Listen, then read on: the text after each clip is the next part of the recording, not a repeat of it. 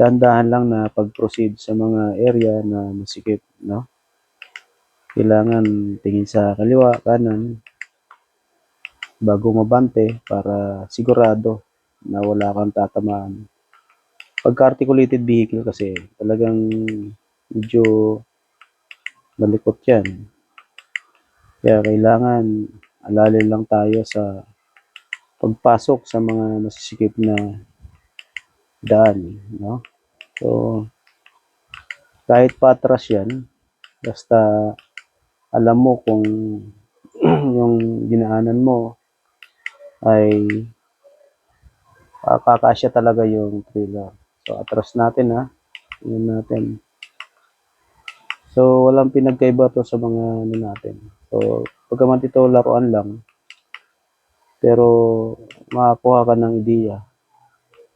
Kailangan lang sipatin mo yung direksyon ng trailer sa bawat kilaw. Dapat alam mo kung paano mo gagalawin yung manibela. So, ayan. Tabig ng kanan konti para tapos kaliwa konti. Yun. So, ganun lang ho. Hindi pwedeng magmadali para wala kang tatamaan. So, sana meron tayong natututunan sa mga ganitong mga tutorial, no? So, ito ay thriller talaga to. So, kailangan din natin talagang i-manage. Hindi pwedeng madaliin dahil talagang sasabit ka dyan. Okay, so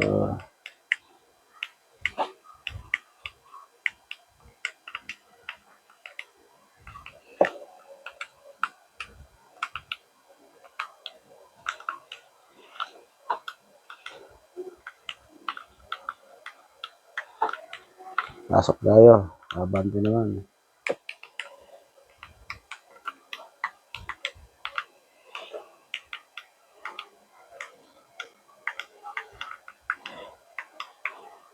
So, pag-aabante tayo, ganito naman ang maneuver dyan, ano? Pasok, dadalhin natin dito yung lock natin. Okay, para makapasok tayo sa loob. So, yun nyo, lagi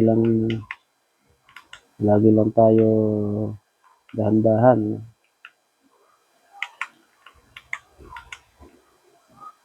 Okay.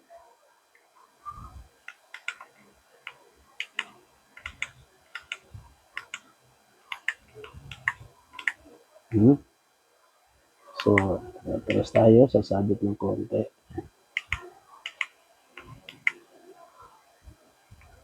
Oras pa. Yun. Save na. So,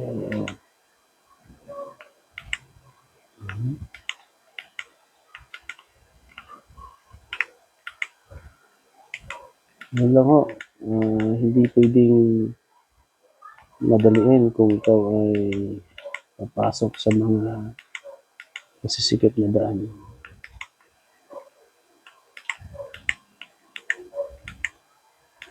Yun. So, ibig sabihin, so makukuha natin sa trust